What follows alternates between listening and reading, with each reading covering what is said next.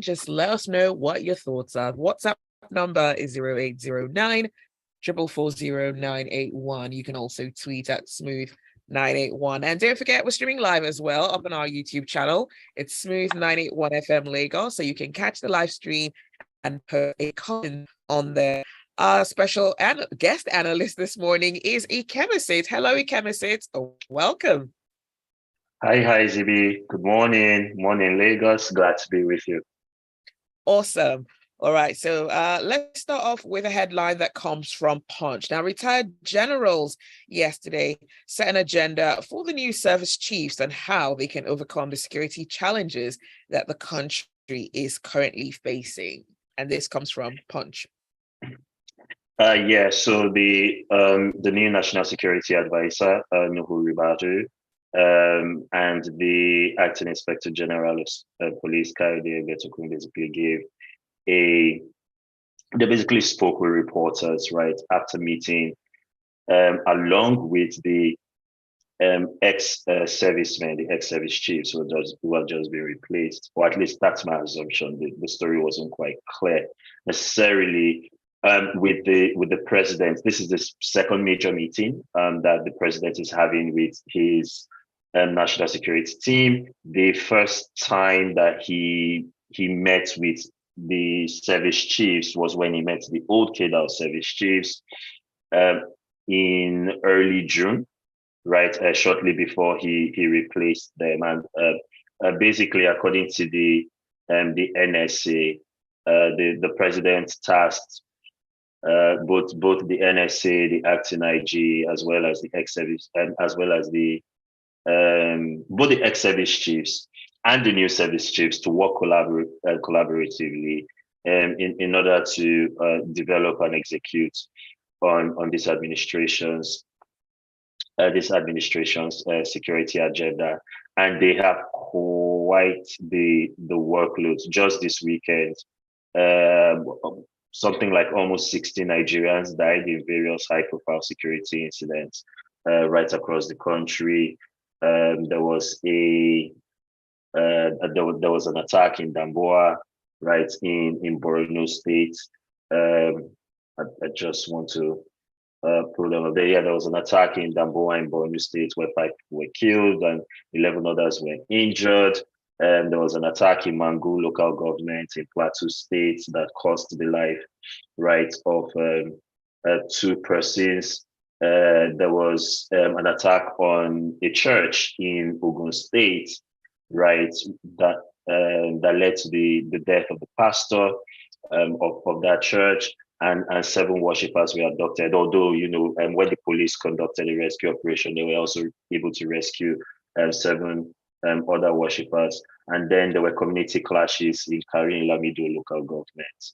I believe that's in Taraba State, where 50 people, according to press reports, right, were killed. And this is just this past weekend, right? So, their work is quite cut out. And the government hasn't necessarily been clear on how it intends to address, the major security issues, right, in the country, the kidnapping, and I don't like to use the word banditry, right? So, let's go with militant gang violence in the Northwest, obviously the insurgency in the Northeast, and the evolving kidnapping situation in parts of the Southwest as well as the Southeast.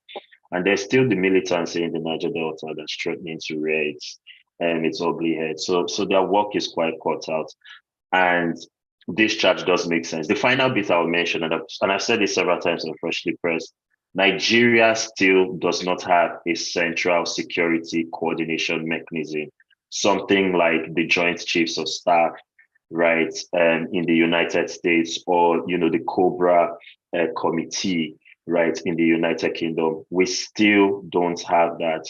And so because of that, the uniformed services basically are siloed in how they approach, the management of their portfolios. There's very little coordination. We don't use the intelligence we gather on emerging security threats as intelligently as we should. And so in that sense, this particular charge and this particular meeting right is important. I think one of the first tasks that the service chiefs needs to do is to create a formal and a clear mechanism where they are able to jointly collaborate, right? If they are able to achieve that, execution would be a lot more sensible on the ground. Infighting within the uniformed services would largely be addressed, or at least there will be institutional mechanisms to address those things. So those are some of the things that I think from my perspective, right, would make sense for these guys to really start tackling before we get into the meat and butter of, okay, what is going to be your execution strategy for addressing the various security issues that we have in the country. Now,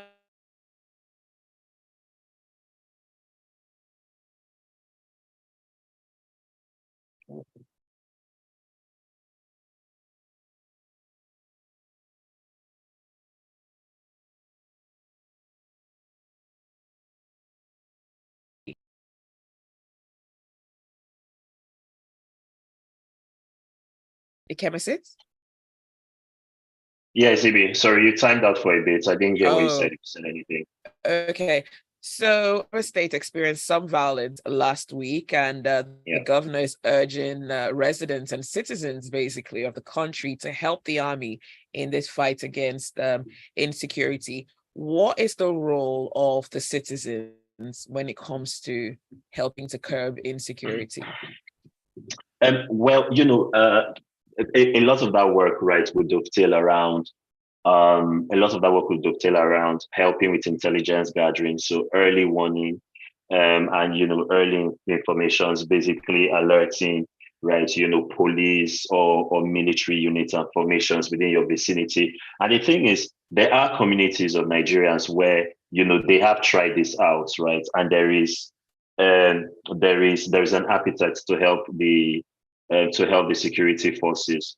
But again, because coordinated mechanisms don't exist, it's basically haphazard. It's basically people, sending, SOS calls, right? And warnings, oftentimes when attacks have already occurred, right? And so, and this is where sort of the uniform services need to take the lead somewhat, right? And mirror good behavior to, to everyday citizens, which is in community building, right? So a situation where a military unit, right, a service unit is basically just driving through a community or just patrolling, it gives residents the sense of you being an occupying force and not necessarily a protective, right? And you're not exactly mirroring a protective posture.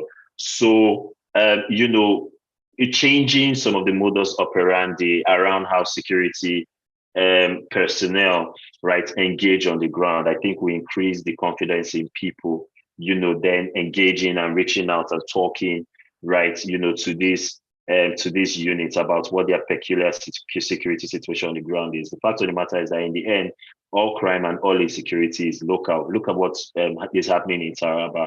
The community clashes were over the succession to a traditional stool in those communities. It's a very local thing. We can't sit down here in Lagos and game for those type of things, but it's only if residents of that community are able to flag and tell either police units or any sort of military formation, since these days the military is also a policing force in our country, unfortunate as that is, that, okay, we are, for example, getting towards the period where a new traditional ruler will be inaugurated in our community. Historically, this has always led to security issues. You should be on standby.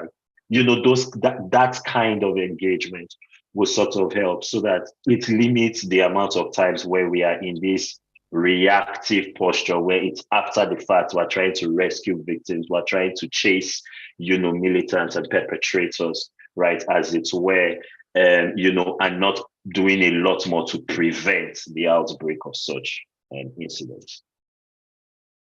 All right, thank you for that, Ikemesit. The WhatsApp number is 0809 440 981. Moving on to The Guardian.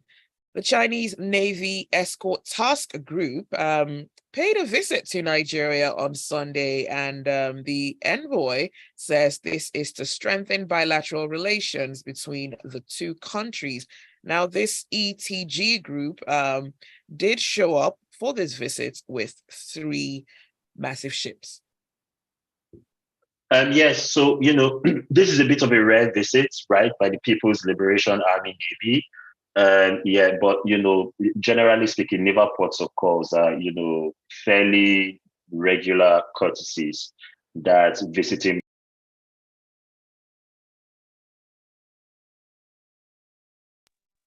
pay to. Yeah, I know I turned off for a bit. So these are regular courtesies, right, that foreign militaries, right, pay to militaries of other countries, as it were.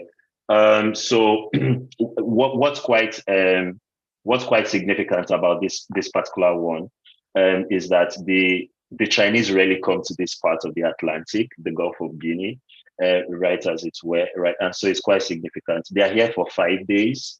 They would obviously meet with, personnel of the Nigerian Navy. China is expressing a willingness to work with the Nigerian Navy to tackle maritime security threats, right, in the Gulf of Guinea. And it's not a small contingent.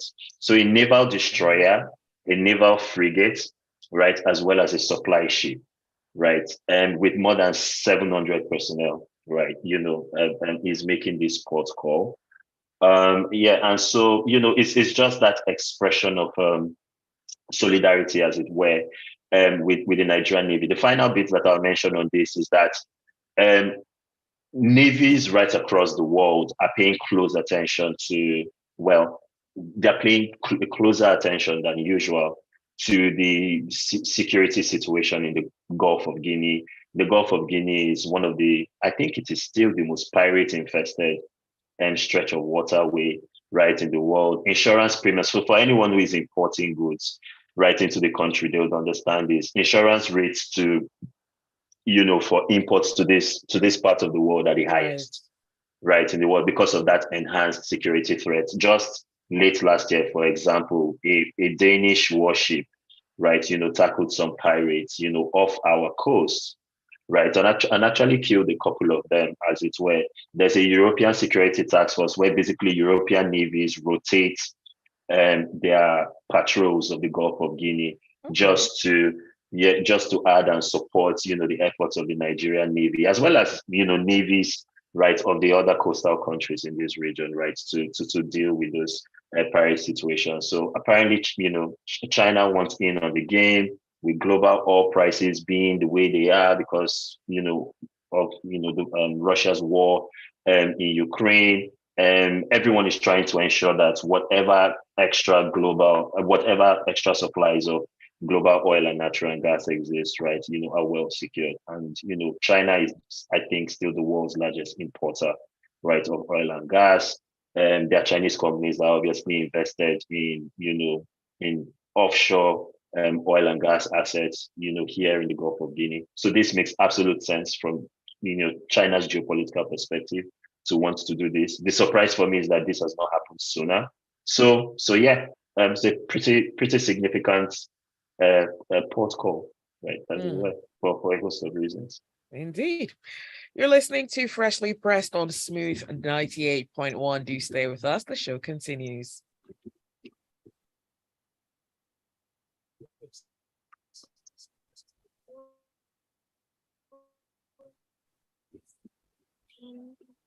Are you in the state of dying? Want to invest with gold? I am here to tell you about ARM. ARM is all about ensuring your financial goals are met with ease, no matter who you are or what you do. Whether you have investments or important goals like big school fees, personal development, you might want to go on vacation, or your renters do find some properties or which ARM has got you covered. There are a lot of mobile apps out there promising you to do your money, but ARM has everything you need to know where you are and where you need to be. Start your wealth creation today by downloading the ARM1 app from Google Play Store or iOS Store. The last message I can see from here is 7:24. Start with us low as I don't know. Naira. That's amazing. For more information, visit arm.com.ng. See if the message I sent to your phone delivers. 271 5002. Is it from your phone? It's not about my phone, it's about that. All right, Ikemesit, we're going back on. Okay then.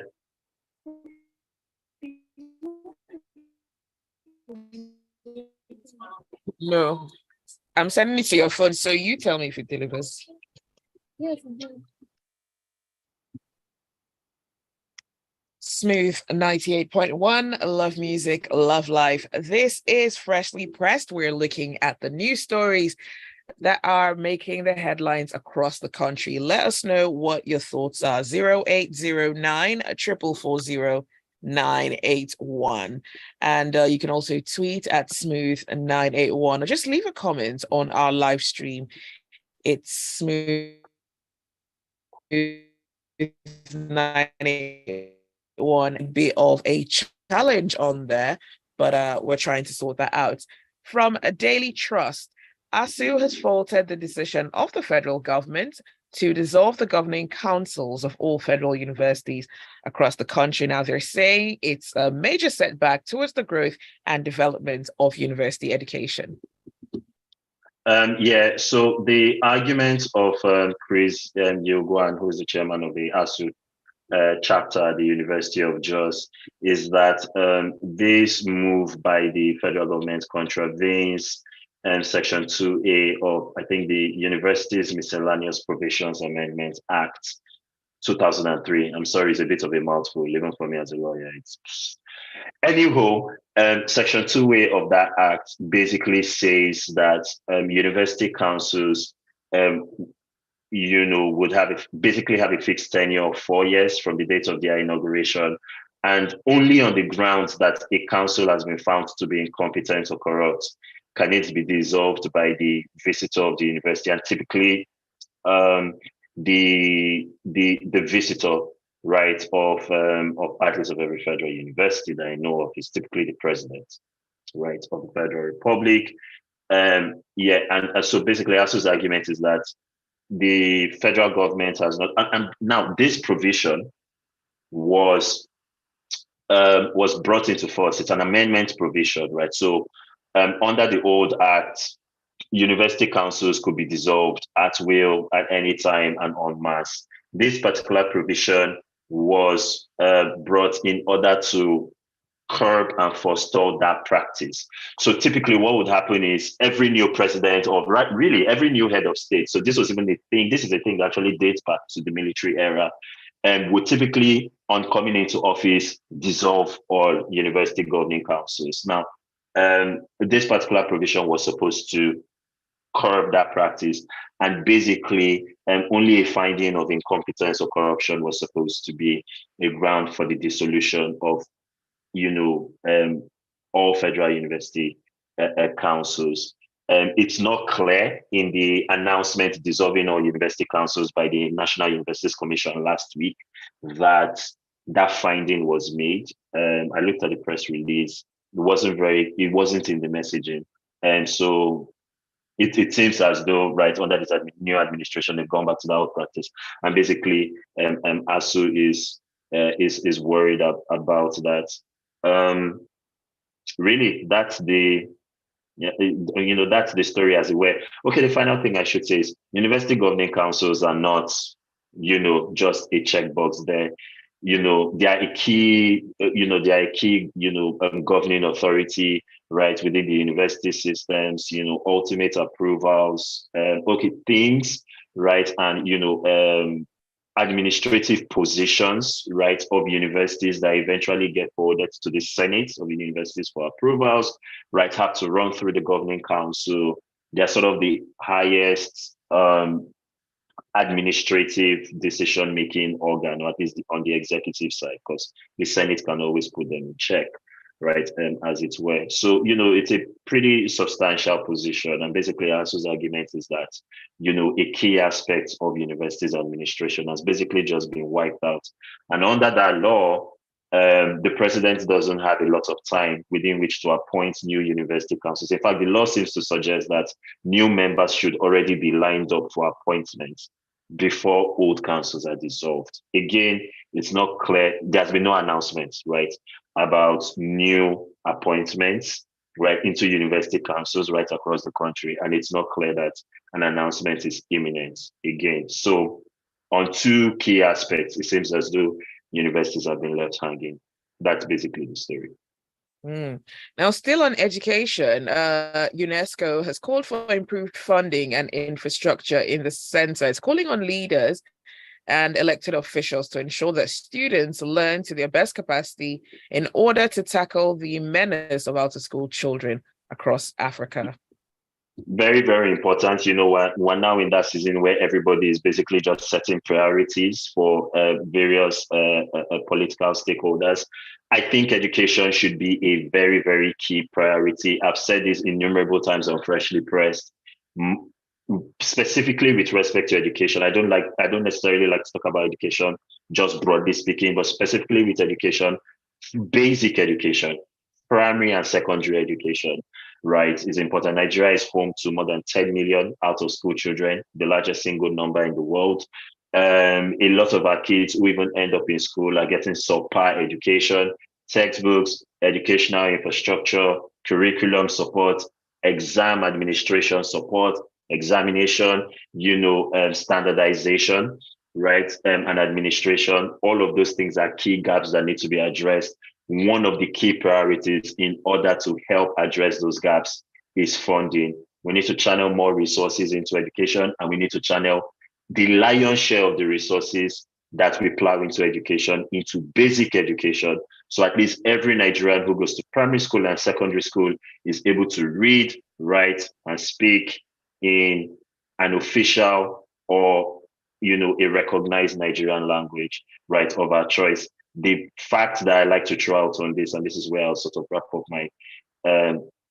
my thoughts on this story, only 21% of Nigerian kids under the age of 15 can read, speak, and write in either English or any Nigerian language. And this is a 2021 data piece.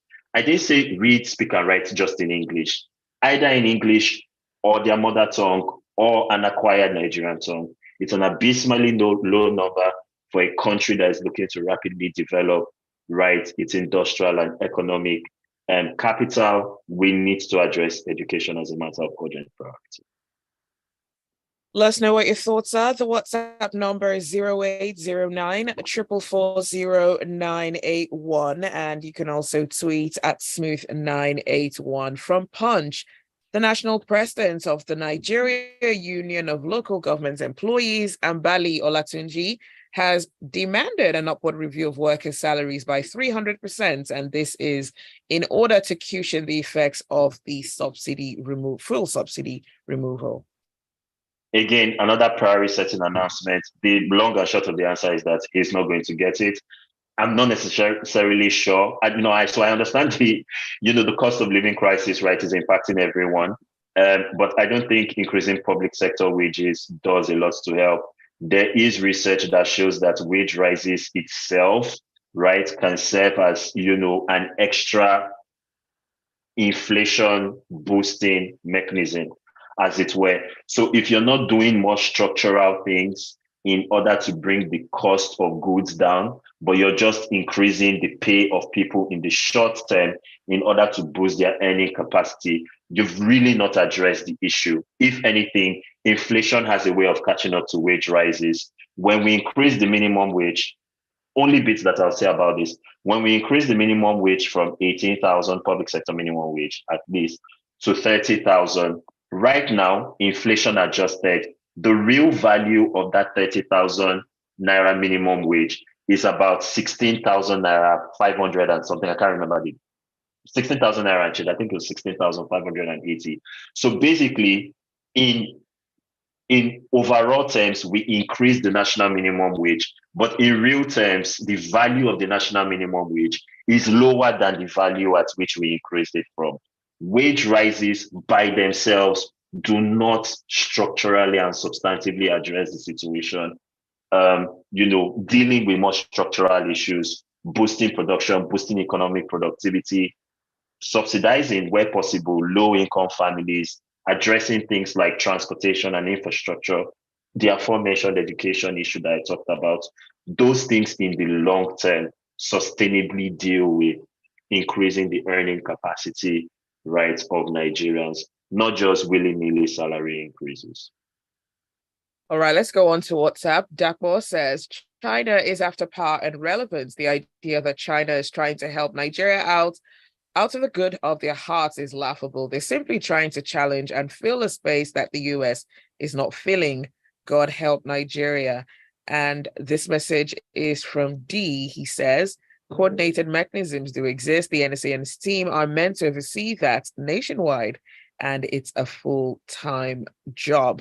Okay, from Vanguard, we've got about 2 minutes left for Freshly Pressed. Now, equities markets on the Nigeria Stock Exchange opened positively as investors gained over 534 billion naira.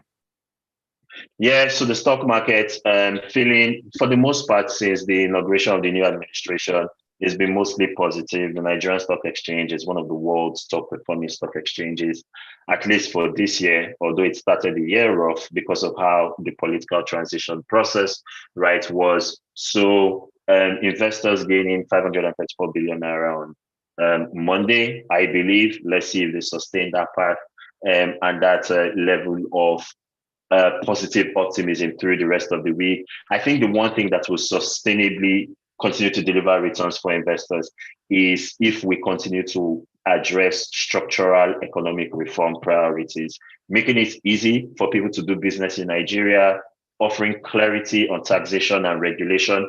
A lot of ministries, a lot of agencies, a lot of departments haven't had substantive heads appointed yet. It's permanent secretaries that are largely running the show now. When some of those appointments will begin to flow through, businesses will start, better recalibrating, their risk appetite in terms of how they operate and do business in Nigeria. My guess is that some of this optimism will come down to more, earth-like levels, right? Because we would obviously get some good names and good appointments, and we'll get some not safe for morning radio appointments. So. You like that? Wow, Ikemesit. Yes, that was a very nice way to put it. Well, Yeah. that is all the time that we have for Freshly Pressed this morning. Thank you so much for listening. Thanks for your messages. And a special thanks to you, Ikemesit, for joining us this morning. An absolute pleasure. Always good hanging out with you in the morning. Thanks for having me. Awesome, Ikemesit. And that is it for Freshly Pressed. Do stay with us. The conversation continues. At 8:15, we'll step into the zone full of grapevine. Stay here. Invested in your tomorrow. All right, Ikemesit, have a good day. Are you in France? I will. You too. Yes, I am. How did you know? All right. Because someone sent a message saying Ikemesit all the way from the south of France. I hope you're staying in if you're in Paris. Who was that? Who was that? Well, I'm